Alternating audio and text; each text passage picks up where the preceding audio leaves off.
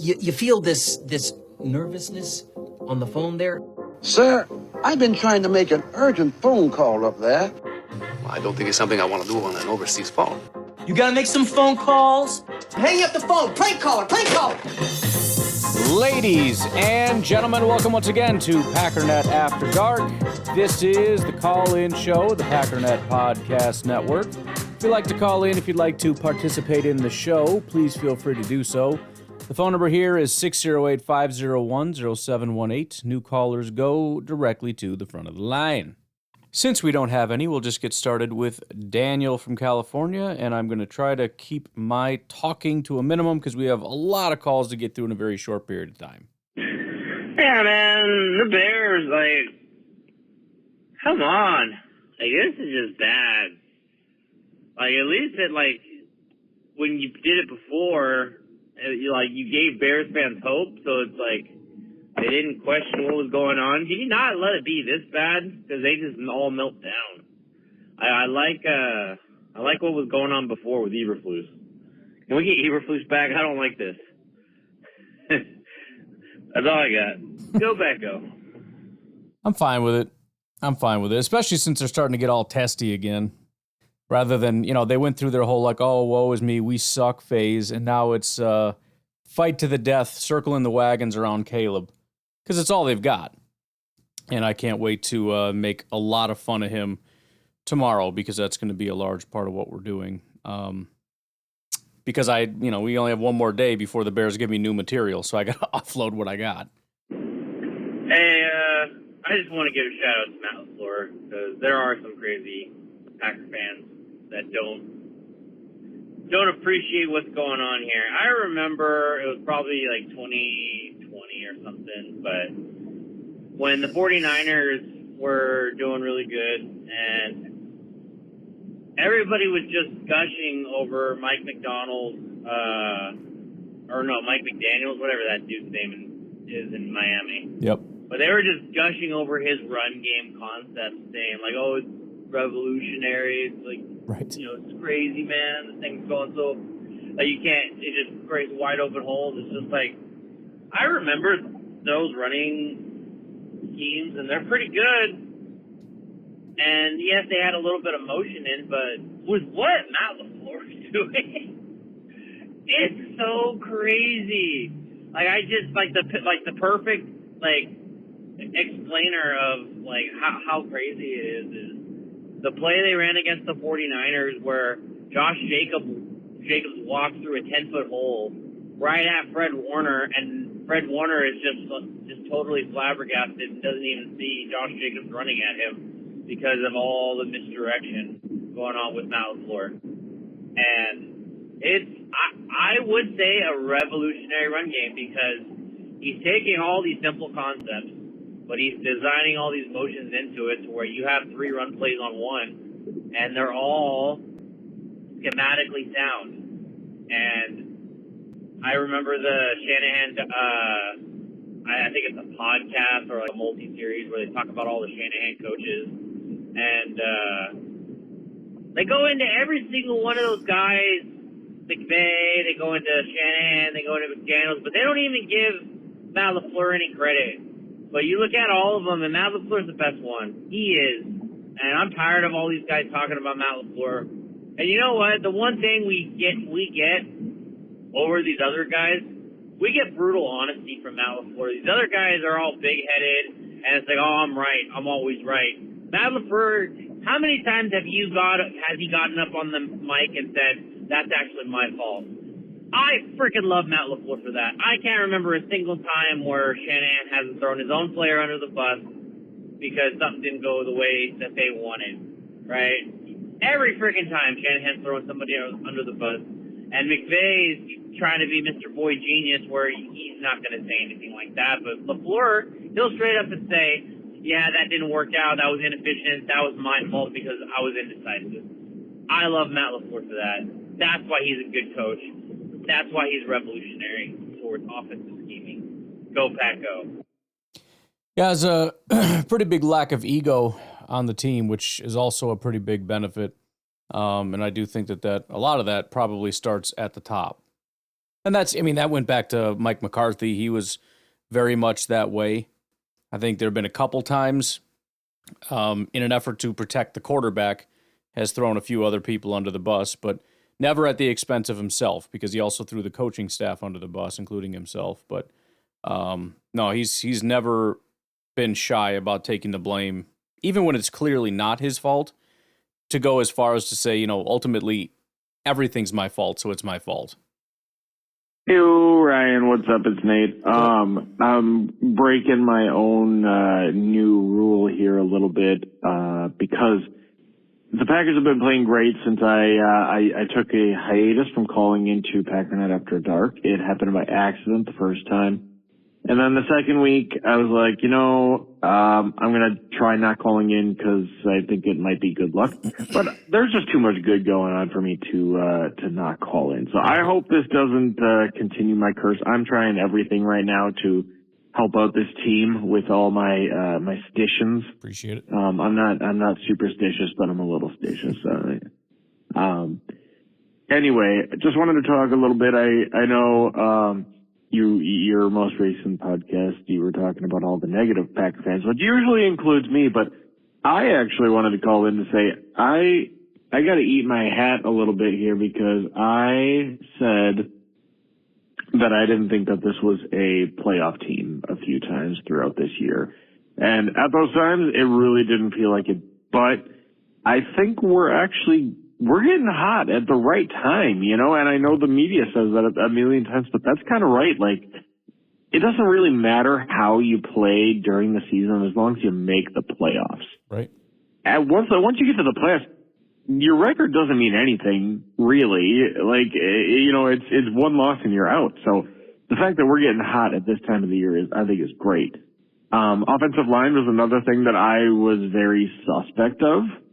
But I got to say, they've been playing way better than I thought they were going to. Specifically Rasheed Walker. I thought for sure he was going to fall off, but I gotta agree with you. He has been up to par. He's been a great left tackle. I don't care if he's never elite. If he's just solid bookend left tackle, I'm happy with that. You know how hard it is to hit on left tackle in general? Like a 7th round, hell yeah, I'll take that. We're paying him like 2 nickels and a Pringle to play left tackle for us right now. And then I do want to criticize Gutekunst for one thing though. I wish he drafted more offensive linemen. I wish that he would just go crazy and just have like unlimited great offensive linemen because he's good at it. Like, keep doing what you're good at, That's the only thing that I gotta say though. Otherwise, game was awesome. I'm obviously still not fully watching the games. I try to dip in when I can without affecting the curse, but other than that, go Pack go. And for once, everybody who's being super negative right now, even Just got cut off right at the end there, but I've been with you pretty much the whole time. I wasn't a huge believer in the team early on based on how they were playing, and also was not a real big believer in Rasheed to begin with, because you know how I am with 7th round picks. It's like, okay, yeah, he's okay, but he's not somebody that you want starting. He's a solid backup. Well, that's not really the case anymore. And then as far as Gutekunst, he kind of does draft a ton of offensive linemen. Just this past year was like the first year I think he didn't draft 3. He's been doing 3 offensive linemen like every year for I don't know how long. But yeah, I do think we have a lack of depth. And we lost David Bakhtiari. We've been losing some people. We lost Runyon. So you got to keep those numbers up to keep the replacements going. We're getting pretty thin at the positions, but we still have a good offensive line so far. We did draft Morgan early, and I have a feeling that we will eventually get back to, as early as this upcoming year, going pretty heavy with offensive line. Now, obviously, there's a chance to do more than 3 if you wanted to go mega crazy, or you could go first round plus, 2 or 3 more. But you also have to remember how many other positions you're neglecting at that point, which I don't know at that point if I'm still on board with that plan. But yeah, I agree. I mean, there's 5 positions there, so you have to go pretty heavy there. Ryan, it's Aaron from Eau Claire. I hate to say it, but the Vikings are looking like a really good team after all. I didn't want to believe it. I know. But after watching them dismantle the Bears yesterday, I think they're really good. But I don't think that Detroit, Green Bay, or Minnesota I don't think any of them are infallible to losing to the other. So I think that those 3 teams are pretty evenly matched. I could be wrong. You know, maybe the Vikings come in and completely destroy us, but maybe we completely destroy them, or maybe we go toe-to-toe, just like we did with the Lions. At any rate, we are by far the most competitive division in the game right now, and it's not even close. It's pretty wild to think that with the 10-4 record, the Green Bay Packers are 3rd in their division. I mean, that's insane. Yep. So I'm really... Some people would have you to believe that being 3rd, even with the record, even with as talented as they are, just by virtue of being 3rd, that means you're bad. Because that's how hard their brain works. Looking forward to the playoffs. I'm looking forward to seeing the rest of the season. The way that the Packers handled the Seahawks the other day was pretty convincing and pretty satisfying for me. I know a lot of fans are pissed, but I don't know. If you watch other teams play, like, none of the things that we're witnessing with our team are unique to our team.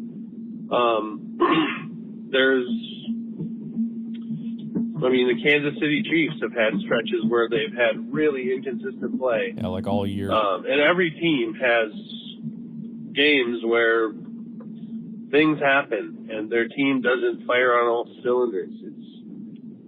It's just what happens. There is no 100% success level of any team, you know. So I'm just going to overlook all the stuff that was kind of happening in the middle of the game that was making you scratch your head and wonder what's going on. Because, hey, at the end of the day, 30-13, and we're playing a winning record football team. You know, I don't care if you're going to say, well, the Seahawks aren't that good. Well, their record says they are pretty good. So I don't know what to say. Oh, well, they lost their quarterback. Yeah, but before the quarterback got injured, we were already dismantling him. Here, one sec. Yeah, and as I've said, and maybe I'm wrong, but, you know, it seems somewhat silly to me that if you were to break up the number of unsuccessful drives and evenly distribute it throughout the game, nobody would be complaining. It's the fact that it came in like one pile and then everything else was basically perfect that everyone's upset because it was a pile. Okay, but you're ignoring the fact that everything else was perfect. So if you look at total number of successful drives compared to unsuccessful drives, there was no issue with the game whatsoever. In my opinion. Maybe I'm wrong, but I don't know how you score that many points if you had too many unsuccessful drives. You know what I mean? So it scared me when it was happening. But like I said, the more I think about it, if you're saying that everything was fine, but there was that period that was unacceptable, then you're just saying that any level of not playing well is unacceptable. And I don't want to go down that road. Okay. So, yeah, we were already well on our way to victory when Geno Smith was still starting. And I like Geno Smith. I really do. I've actually liked him since he was drafted, before he kind of got into that. I think it was like he sucker punched somebody in the locker room or something and lost the trust of his team, and then kind of got had a bit of a stretch where he wasn't doing anything. But I always thought he could play pretty good ball. So I do like Geno Smith. I think he's an interesting story, having come back from that whole incident and seemingly kind of learned from it and become all the better for it, and to have success in Seattle. I think that's kind of cool. But we weren't having any trouble handling him, So I don't know. I am just thinking well, at this point of the season, a win's a win. If you're playing a team with a winning record and you're, winning substantially, then I don't know that you have that much to be sad about. If this Seahawks team was 2-10 or something and we were struggling against them, that would be a completely different story. But this is a good football team that's won more games than they've lost, and we're sitting here looking very convincing. So I'm not upset at all about the game on Sunday. I was actually getting a little bored by it, to be honest with you, because I was like, all right, well, this game is pretty much in hand. So yeah, I am enjoying where we're at. We're not going to win the division, but there's a chance now that the Vikings do, which is kind of intriguing. I don't know who I want to win, the Lions or the Vikings. It would be kind of funny if the Vikings won the division and then the Lions fans would have to live with that. That's what I'm rooting for at this point. But, I guess we'll see. But the Bills sure dismantled them. I mean, yeah, it was close on the scorecard, but it wasn't really that close in the actual game. So I think the Lions are getting a little tired. They've been, one second. Continuing. Dagnabbit, 3 minutes got me. I never think I have that much to say until I actually start going. Tell me about it. That's how I started a podcast. No, but the Bills really kind of took the Lions to town the other day. And I just, I think the Lions feel like a team they've been winning, but I think they have maybe been slipping a little bit in terms of can they keep winning with the same style of play that they have been built on. I would say a team like the Packers is built more on kind of smarts, discipline, scheme, and I don't know. I mean, I think the Lions are too, but this sort of highly, aggressive, intense thing, I'm just skeptical that it will be sustainable, I guess. I could be wrong. Maybe they win the Super Bowl and I'm completely wrong on that. But it seems like, they got outplayed on Sunday and I didn't see a whole lot of biting kneecaps going on. I think they tried to bite some kneecaps and they chipped their tooth. I think that's what happened. But I'm just kind of optimistic the Lions are on the down. But maybe they come back next week and are completely dominant again. I don't know. But, all right. Well, here's to seeing what's next and just enjoying the ride, whatever happens. Yeah, I mean, I'm not going to count them out. I mean, they've endured some devastating injuries, but first of all, they have to actually play a competitive opponent for me to believe that they're going to lose, and that certainly is not the case this coming week. And I don't know. We'll just have to see what this all materializes into. I mean, they had injuries when they played us, a lot of injuries. They did have more, but that doesn't mean they just completely fall off a cliff. So I'm thinking there's a good chance that they are not necessarily going to be the most competitive anymore, but we'll see. All right, let's take our first break. We'll come back. We got Jeff in Kansas City and a bunch of Kyle from Madison. Hey, Ryan. Chad calling from Kansas City again. Upon rewatch of the last couple Packers games, I think we got a lot of momentum moving forward. Utilizing Josh Jacobs in a way we didn't use in the beginning of the year. Edwin Cooper playing like all pro all of a suddenly when he's on the field. It was really nice to see. Getting our guys back, Dobbs coming back, got Watson catching balls, got Wicks making a play or two out there when he's out there. Jaden Reed, even though he had a little bit of a drop there on the punt return, it is what it is. Just a lot of good momentum moving forward. I still think sometimes LaFleur can kind of get in his own head, though. I really think he needs to work on, managing the game. Just being a manager. Not a coach. He's the offense coordinator in that regard, but just managing the game. Like you said in podcasts, and I agree with you, having the person upstairs crunching the numbers and says yes or no on challenges. That's costing us timeouts, and hopefully it doesn't cost us in the future. I think Matt LaFleur is a great coach. I think he coaches these guys up, but something that maybe just only comes with time, I don't know, but being an actual manager of the game, of football, as it's happening. Bill Belichick was really good at it. Andy Reid, very good at it. Mike Tomlin, I feel like he's really good at it. Maybe it's just something that comes with age, but learning how to manage the actual game, I think, is very important.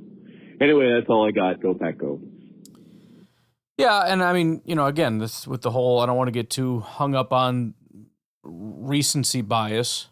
I think people are upset with the way that the half ended, which, again, 98% put on the quarterback who just let 15 seconds burn off the clock for no reason whatsoever. And then the challenges, which obviously this has never happened before. I mean, he's been our coach for a very long time. We've never had an issue like this. So, I don't want to pretend like this has just been 6 years of him never knowing how to manage a game. I mean, they've been as successful as they have been largely because of exactly the opposite. But there are some things that probably need to be looked at. For whatever reason, whatever's happening, oh my Lord, just you stupid bastard.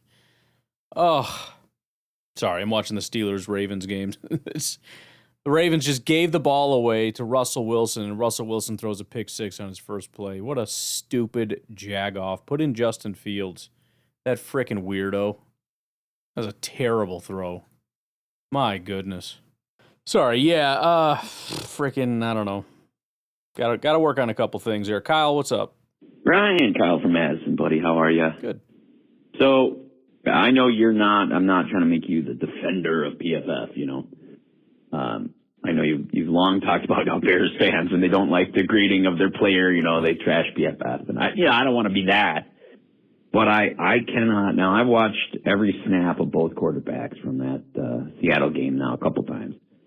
And I cannot, for the life of me, figure out how the folks at PFF have Geno Smith rated ahead of Jordan Love. I'm sorry, I don't understand that. I don't get that either. It doesn't make any sense to me. Now, maybe they've revised that differently, but, I mean, Geno basically threw 2 picks in a row. I mean, Valentine caught the second one. He should have caught the first one. He basically threw one to Edge Cooper in the first half. So I don't know. I didn't have it in front of me, but he's got to have 3 turnover-worthy plays, one of them picked, right? You've got the information, but I can't figure that out. Like, what? I can't come up with any basis for why that would be. Yes, Love missed a couple passes down the field. He didn't play perfect. I mean, he participated with LaFleur in mishandling the end of the half. But I mean, you can't tell me that that's going to make the dude worse than Geno Smith. He only threw 7 incomplete passes, and you could really make it. Geno has 1 turnover-worthy play, 0 big-time throws. I don't know how you can hit Edgerrin Cooper in the hands twice and have 1 turnover-worthy play, but there you go. An argument that 2 of those could have been touchdowns. For sure, one of them. I mean, so the guy might have had 3 touchdowns, no picks, and been 21 for 27 very easily if things go just slightly different with that Dobbs connection. So, I don't know. Maybe you can help me out there. Like I said, I don't want to make you the defender of PFF because I understand it serves its purpose. But, yeah, this one's got me scratching my head. I just can't figure out what the hell they're looking at. So maybe you can shed some light on that.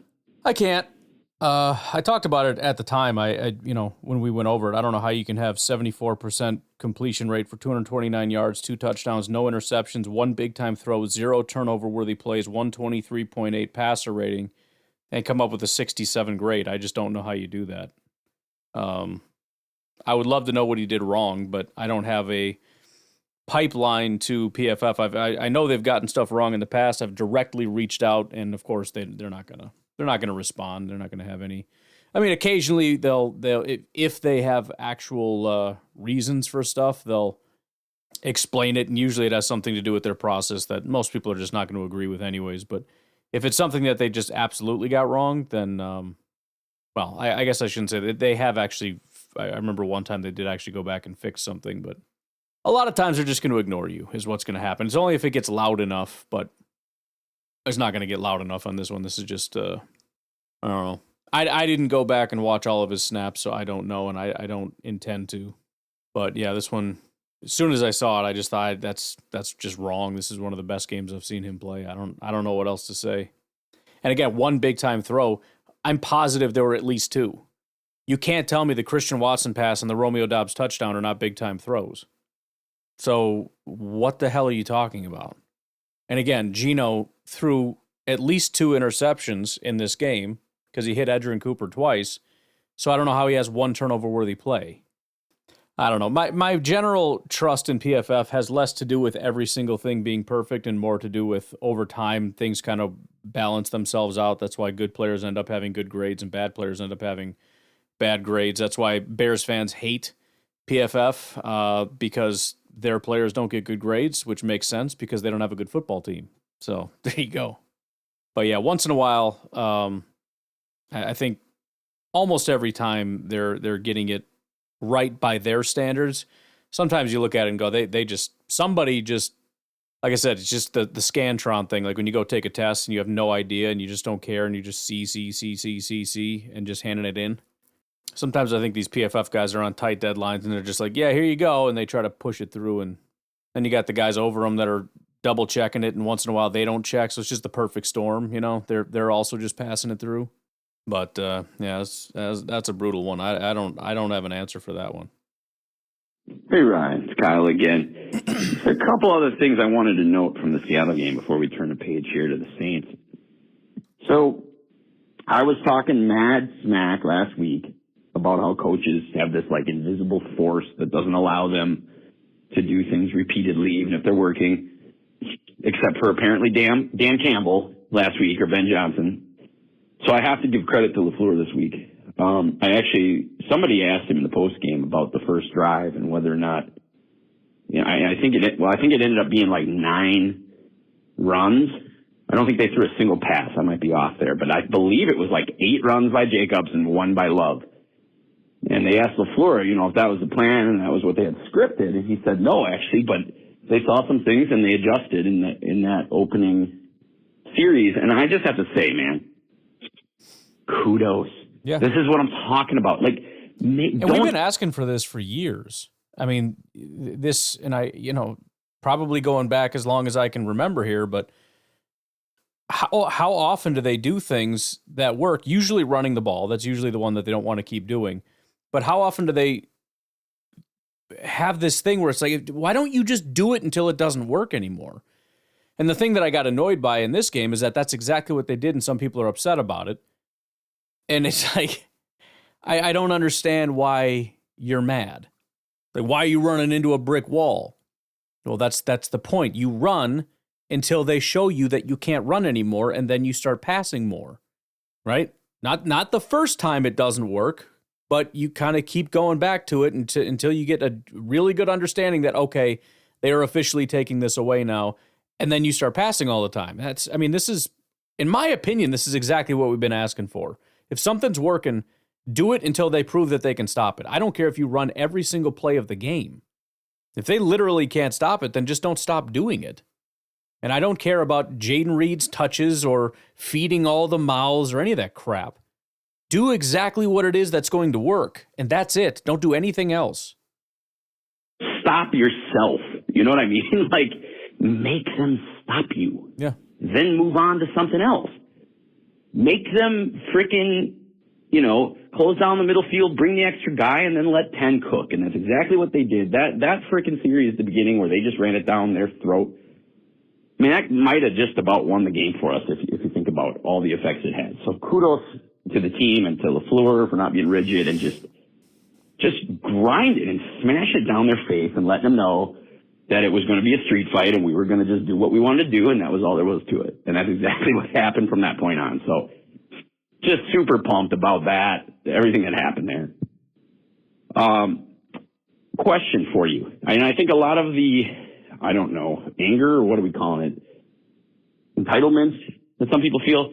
I'm sure a lot of that has to do with the fact that the Vikings and the Lions are ahead of us this year. But it could be. To the casual fan, how close are we to a historic win total? Maybe we're already there for the division, but that is a good point, and I bet that is part of it. And it's such a short-sighted nonsense view of things because it shouldn't take me to explain to you that is a reflection of their quality, not ours. Good Lord. I saw today, by the way, the Packers with that victory became the all-time leader of teams that have had 10 wins in a season. They got like 30-something. They just passed the Cowboys. But my question is, since they reorganized the divisions, I don't even know how long ago it's been since Tampa was in our division, about 15 years? But since it went to a 4-team division, like what is the most wins? Or even before, I guess it was 4 teams, you could go by win percentage. Like how close are we as a division to being the all-time most winning division in a season? Because we've got to be getting close. And I think that's clouding some people, like some casual's judgment, not understanding how historically good the NFC North is this year. Right. And also, I know we hate the other fans in our group. We all need to get together and give data boys to each other for how good we're doing this year. Well, and that might be part of it, too, is not wanting to admit the other fan bases are good, not wanting to admit that Detroit and Minnesota are actually that good. That would also make it hard to give the Packers any credit and why they're being so negative toward the Packers. But sorry, you're just wrong. Their record is what it is, not because they're just beating the Packers every week, but because they're beating everybody every week. That's exactly the point. So I don't know. I don't know how to help you there, folks, if that's where you're stuck. Brian, I'm truly sorry to the Detroit fans. They are just ugly crying today about their injuries. Just full on ugly crying. And I completely understand them, and I am sorry. I'm not even being a jerk. That sucks when your team is getting dismantled by injuries. It's the worst. It really is the most nausea-invoking thing in all sports. But one thing that I think I haven't heard anybody talk about that I've been on a soapbox for a lot of years, since 2002 or whenever they built Ford Field, okay? Before that, it was the Vet in Philadelphia. That was basically concrete they painted green, all right? And so was the Silverdome before Ford Field in Detroit. Those are terrible fields. But since Ford Field opened, that was the first or one of the first field turf variants. I have long been saying that field is such a disaster for players' health. We've lost so many good players for the year in that damn stadium. Just recently, Jenkins a couple years ago, I believe, and then Gary. But the list is long. And the players make no secret about it. My God, Bakhtiari, really, I don't need to rehash it. Everybody knows the players don't make it a secret about how bad Detroit's field is. So my question is there any way we can find out How many of the Detroit injuries happened on their damn field that sucks, that's been hurting players for years that they keep ignoring? Because I don't think you can just look at the situation and pretend like it's not related. Their field's horrible. Players have long said it hurts people. And lo and behold, the Detroit Lions have a decimated squad because of injury. I'd be really interesting if this year or other years we can see any statistics that prove that. That'd be great, because I'd like some confirmation bias. Some confirmed bias, please, because I hate that stadium. I hate that turf, and I don't know. I just think that's the reason. I think if people's cleats get caught in there, you see a lot of lower body injuries, but maybe the statistics say otherwise. Well, I'm not going to look it up. As you can probably imagine, I ain't doing all that right now, but I definitely have heard that, and I wouldn't be super surprised by it. I mean, either way, this is a historic level of, injuries that has happened, whether it's for them or any other team with similar turf. But yeah, I mean, if that is the case, then it makes it even harder to feel sorry for them. Like, bro, you hurt your own players. What do you want me to do? Cry for you? It's probably not going to happen. Ryan, sorry to keep calling you, but I got two more things on my list from notes from the games this weekend. I want to get your take on it, and I am extremely excited about this season. All right. I just listened to the beginning of your podcast where you said it's one of your favorite seasons in a while, and I concur on that one. Last year certainly was also, but this is shaping up to be a special one. First, the bad news. Man, I'm sorry, but guess what? Sam Darnold's a thing. I think, hasn't everybody been like me, just secretly waiting for him to be like the Jets Darnold or Panthers Darnold, just start one week and then he would just become that? I kept holding out hope. It's not going to happen. He looks really good. He's not going to win MVP. That's crazy, but he looks good. He looks really good. And it's going to be interesting to watch the Vikings try to maneuver this kind of good mess they've created for themselves with McCarthy in the wings. I don't think they're going to be able to afford him. But yeah, he had his first bad game in a very long time. He's had not even bad, but his first not good game since week 10. He's had 2 of them since after week 5, and he's had 4 all season. He had 2 back-to-back against the Green Bay Packers and the Jets. Unfortunately, we couldn't capitalize on that crap. Really bad timing for us, but yeah, he's been incredibly good. Arnold does look like the truth for them, no doubt about it. I think the unfortunate part for the Vikings is, what do you do about it? I mean, there's a very serious question. Are you going to give him a massive contract right now?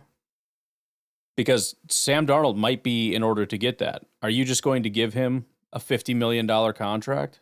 $45 million? Whatever. I don't know what he's going to get, but the way he's playing right now, he's at least a $50 million contract.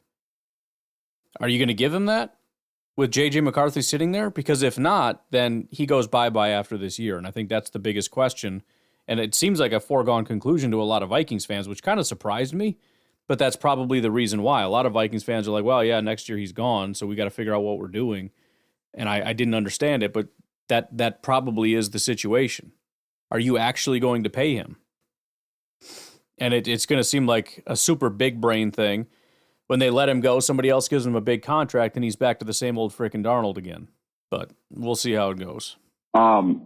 And in my opinion, they're probably going... I wouldn't be surprised if they end up ranked ahead of Detroit by the time playoff starts, just because of the injuries. Other thing I wanted to say. We got to remember about Matt LaFleur as a play caller. This dude is petty, and he plays the long game. I want to bring one example to your attention from last year, okay? Because I was thinking about this when we're looking at a lot of those 4th and shorts. The games in hand, I agreed with his call on pretty much all of those.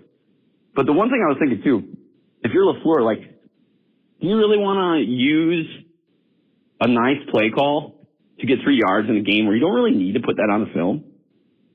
Because let's remember, last year, week 1, they did a leak play to Musgrave against the Bears, which, had he not fallen down, probably goes for a touchdown. I think we for 40 as is, but he fell down and got touched. Remember, that's week 1. They didn't use that baby until all the way to the playoffs against the Cowboys.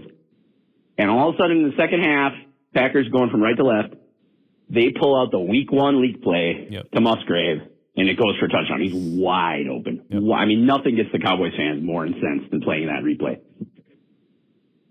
So my question to you is, I mean, how much you got to think he doesn't want to empty the bag if he doesn't need to. No. Like, I feel like LaFleur's got a lot of stuff saved up for later in the year. And I'm not sure how much of that you want to put on film in these last couple weeks. Granted, yes, we still have to clinch, and there is something to be said about which position, but I'm not sure he wants to put all these, 4th down calls out there right now, needlessly, too. So, I don't know. I just wanted to throw that out there, get your thoughts on that, too, because we know he likes dusting this stuff off. He plays the long game, so... Anyway, have a good one. Let's beat the Saints.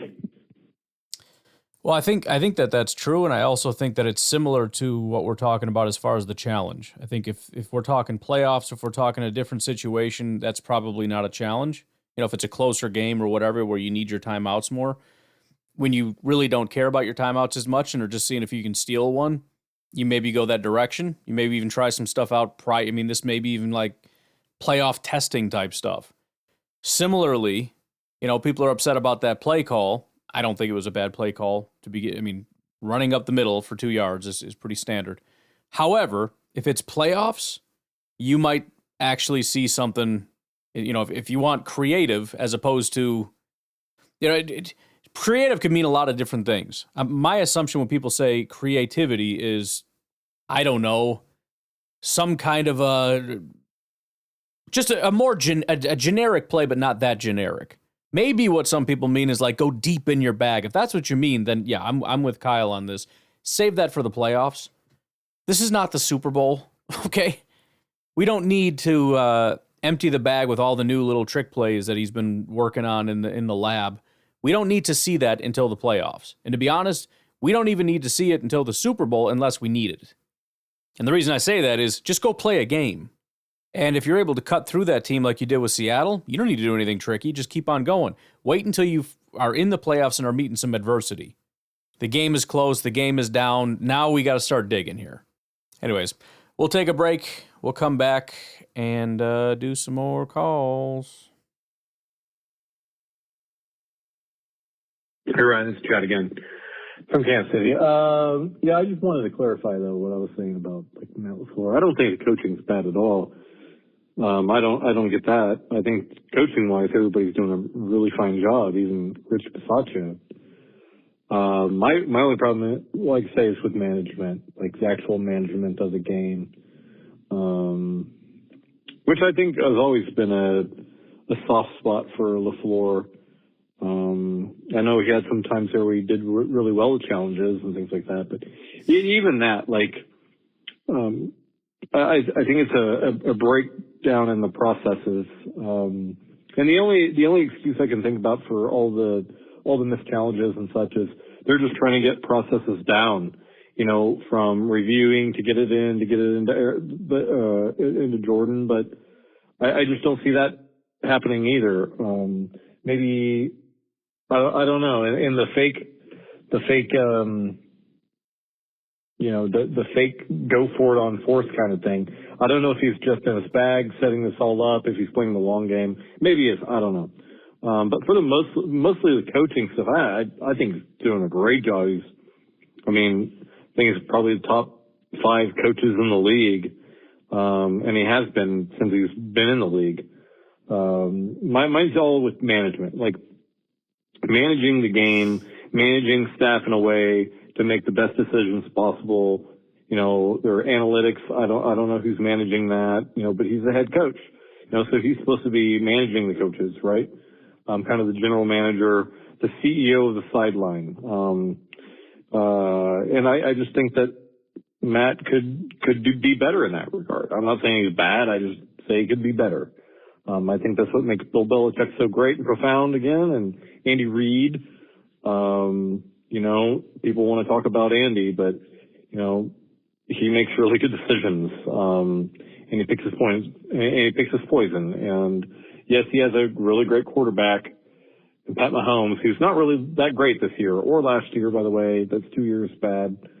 I don't care if they won a Super Bowl. The defense carried them. But yeah, not complaining about the coaching. Coaching's fine. Complaining about the game management and the actual management processes of the football. That's all. Thanks, man. Go Paco. Yeah, I mean, it's something I'll have to, I guess, pay closer attention to. I haven't noticed any issues prior to this game. I mean, again, the challenges have been a problem all year, and I don't know the process for that. He obviously has somebody upstairs, and that person, maybe we need a new, I don't know if it's the analytics crew or whatever. I don't know their exact titles, but maybe there needs to be an overhaul in that. It's not something you're going to do this year, but maybe that needs to be overhauled. I don't really know. But yeah, I haven't really heard. It's not even it's something that has never even been brought up before. So again, I tend to think it's a 1 week thing. We'll have to see though. We'll have to just see as we go along. I mean, again, the challenges, I don't know what the problem is there. As far as I've heard some people mention the the fake going for it on fourth down thing that annoys a lot of people. First of all, it doesn't hurt anything. It's a 1% kind of a play. Like, you got to stop. It doesn't work. Well, it doesn't work really for anybody. But there's that, like, it's like going for an onside kick. It's not going to hurt. I mean, it doesn't hurt anything to do that, even though everybody kind of knows. And once in a very rare while, you'll get somebody to jump. So you try it. That's why you do it. And also, it's when you do that, it makes it a lot better when you go for it on fourth down. Think about it, because fourth down, you get up to the line, everybody's thinking what? Don't jump, don't jump. If you don't do that, then everybody knows when you come to the line, you're actually going for it. So I don't have any issue with that. I know it's a thing that almost never works, period, but I think it makes sense to do it so long as it's not actually going to hurt anything. And usually it doesn't, especially if you're going to take the delay of game penalty and punt. You absolutely should do it 100% of the time. If you, fumble, you idiot. Oh, who got it? Baltimore got it back. It looks like a bunch of dummies. Anyways, Trevor. Ryan from Virginia. What's up? I guess I haven't been on social media, so my first taste was you talking about it in the callers, but I mean, if you were anything short of ecstatic after this win, then football is not for you. You should not watch football. Because there is never going to be perfection. But this game, this is as good as it gets when you're playing football. We scored 30 points. We doubled their score. We won by 17. The game was never in question. If you were stressing at one point because the lead was down to 2 scores, that's just Packers trauma from years past or something. Right. There's no reason to be stressing there. And I don't know, some of the callers don't make sense either. They're like, this wasn't good enough, we should have more points, this and that. And then later in the call, they're like, y'all don't even know, this team is going to the Super Bowl. And it's like, what? Which is it? Is this team not good enough or is it going to the Super Bowl? So, I don't know. I think we have a very good team right now. And like I said, if you can't have the joy in football, I get it. Some weeks, this was not one of those weeks. If you can't have joy from this week of football, you should just stop watching football because it doesn't bring you joy ever. And it's ruining my joy, like yours, Ryan, having to listen to this. So anyway, let's hope for another dominant week against the Saints. We are 13.5-point favorites last I looked, which is probably the most we've been all year. So anyway, go Pack, go. Bottom line, we have to stop expecting wins. We just have to stop doing that. Don't ever expect win. Well, of course I expect wins from no. Don't ever expect it. I don't care if you're a team, even at this point in the season, now I have this certain expectation based on how good they seem to be. No, do not ever expect your team to win. Why do you do that? Why would you do that?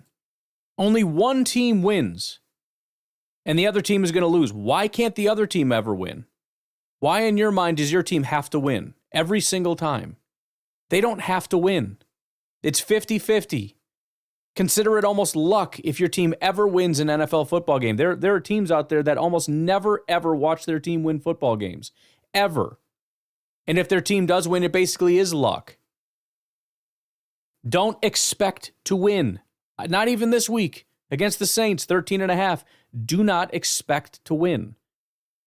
I'm not saying expect to lose necessarily, but understand that that's very much a part of football is losing. Right? I know a lot of us can't handle that.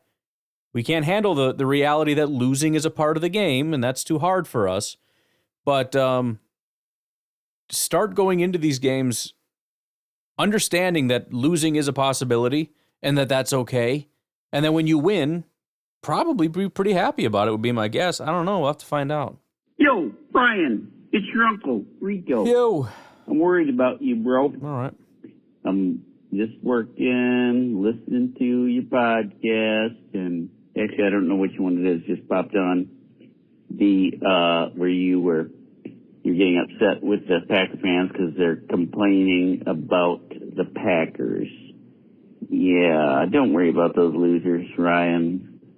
If they had lives, they would be leading them, the lives. They wouldn't be on the internet complaining about the Packers. So these people that are complaining about the Packers are just failures anyways. Otherwise, they'd be doing something with their life instead of whatever it is people do on the social medias. Now I feel like I'm being attacked. I guess, they'd be doing stuff productive. Sure. So they expect the Packers to be super productive, but they're not productive, so they don't matter. The Packers are awesome, Are they perfect? No. Find a team that's perfect and become a fan of that team, maybe. I don't know. Anyways, I'm with you. That's why I don't do the social media, because I can't stand idiots. But I like you, Ryan. I like to listen to you. Thanks, dude. All right, bro. Go, Pack, go. Well, I have encouraged people to do that, even if it's just for pretend, because I understand it's not that easy to just give up your allegiances and whatnot. Not that you have very strong allegiances to the Packers, obviously, but just pretend to be a fan of another team and see how it goes. Just be and do not give them the benefit of it. Don't say, okay, fine, I'm going to pretend to be a Chiefs fan, and then when they win, go, oh, look how happy I am because the Packers win too. That's not your standard. I want you to watch as they almost lose to the Texans and throw a hissy fit about it. That's what I want you to do. And then when that doesn't work out because you're upset because the Chiefs are not good enough, because they're almost losing every single week and they're obviously not going to win a Super Bowl, find a new team. And then find a new team, and then find a new team, and then find a new team. And then either when you've gone through every single team, all 32 of them, once you've gone through that, you got two options. You come back here, humble, or you stop watching football. Those are really the only two options remaining for you. Hey, Ryan. Richie's Benny here. What's up? I'm losing my voice, dude. Like, seriously. It's going away. Sorry but anyways, I'm listening to the podcast Blue 58. Yep. John Meerdink does a great job. Yep. I love Blue 58. It's a great podcast. But anyways, I'm listening to his episode right now, and he's talking about uniforms. And, talking about the matchup between the Seahawks and the Packers, like how their jerseys looked. Like he does this for every game pretty much. Like that the Packers play, like, he'll give like the uniform matchup like a rating. But anyways, he was going over the rule book actually of like for uniforms. Because there's actually rules in the NFL for uniforms. And did you know that if you do not have an allowance, or like if not even an allowance, if your team doesn't have, like, you can't wear black jerseys, basically, is what I'm trying to get at, unless it's your team's color. So the Lions went against the rules, and they should be removed from the playoffs for doing that, wearing those black jerseys. And no, so anyways, it's kind of just dawned on me. I'm like, wait, the Lions just wore those black jerseys. That's not part of their colors. That's against the rules. So, not that anybody cares, but I thought I would just hop on here and say that. I don't know what else to say. If I think of something else, you know me, I'll be calling in. Bye bye. See ya. Well, first of all, you're tempting me to go diving into that and spend way too much time trying to find that in the rule book and all this nonsense, just so that I can make the same point you did. Like knowing nothing's going to happen, but just stating a fact. Hey, they broke the rules, and then getting everyone yelling at me like, "Who cares? You're stupid." So I'm just not going to do it. But I also know that it would be very easy for the Lions to say, "Oh, wasn't black, it was charcoal. You know what I mean? Or something to that effect. So that's just let's just not worry about it. I'm just I temptation is strong, but I'm not going to do it. Hey, Brad, What's up? listening to the pod, you mentioned that Jair was one of the most important people to get back, and I just want to know why. Important what? Like, why do people think that still? Dude is... He's about as reliable as... I don't know. A broken clock. There. I got it. Yeah, people. We got a good, strong... I'm going here. All right, his call's almost over and he's breaking up pretty bad. I think the crux of it is, why do you think it's important to have him back? Because he's not reliable. Which, I mean, they're two different things, right? It's being reliable and being valuable are two different things. Having him back is important because he's significantly better than the guys that we have. And I do not want to hear about Valentine having his one good game of his entire career as evidence that we don't need Jair, because that's nonsense. It's just crazy to me that we can praise Valentine as though he's an elite player because he's been bad his entire career except for one game. But guys like Rashawn and Jair or Jordan or anybody else has one bad game, and suddenly they're trash, they're garbage, they're all this nonsense. I mean, it's just the level of, not saying you, Brambo, but the level of cherry picking is nonsense. But no, he's important to have back because he's a valuable player and he's a massive upgrade, and it allows us to put people in different positions that we would rather them to be in, et cetera, et cetera. It just upgrades our defense. But yes, he also has injury issues on top of it. So I don't know how those two things are related to one another, to be completely honest with you. But I think he's valuable, and I also acknowledge that he's hurt all the time. Hey Ryan, it's Nate. Just going in because I had a kind of a random thought, not really super related to the Packers season, but I was obviously Jets won this week, and I kind of had the thought, I'm like, well, and why, now that you've been mathematically eliminated from the playoffs, are you suddenly like you're gonna win and you're gonna keep Rodgers and Devontae and all these guys out there? Like, what is the point? What is the point of any of what they're doing? But regardless of what the hell they're doing over there, I was like, hey, they're ruining their draft stock. So even if they wanted to like grab a replacement quarterback for Rodgers, they probably are gonna miss the top guy or whatever. But then I was like, hey, what is the draft order? I haven't checked that. And in my brain was just like, yeah, it's probably, I was like, the Giants are probably picking first. And I kind of thought they were like competing with me, maybe the Patriots. And I know the Browns are really bad, but you know what team is actually like mixed in with that first overall pick conversation with the Giants? It's none of any of the Raiders. I didn't realize how bad, like I knew the Raiders were bad. Like, just get that out of the way. I knew they were bad, but I guess I haven't been paying attention to the Raiders games because who like purposely watches a Raiders game unless you're playing the Raiders? And yeah, they're two-win team with the Giants. They're both 2-win teams as of right now, so they're both competing for the first overall pick. And yeah, I can't say I feel too bad for the Raiders. But you know what? At least the Jets are going to ruin their draft stock and be somehow even worse next year, I'm assuming. But anyway, go Pack go. Well, it's important for them, too, because they need a quarterback. I mean, you don't want to have the possibility of like a number one pick or number two, or it depends how many good quarterbacks there's going to be. But you take yourself out of quarterback contention. I mean, that's serious.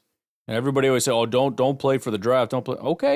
Okay, you want to take yourself out of the running for a top quarterback for some kind of freaking pride that nobody's going to care about when you show up next year with a top 10 rookie quarterback like Jaden Daniels or CJ Stroud did last year, yeah, you can go ahead and talk about your pride while the Raiders charge on with a new top-tier quarterback. You and Devontae can hang out with the Jets and talk about your pride as the Raiders carry on with their successful season. Absolute stupidity. All right, we're going to leave it at that.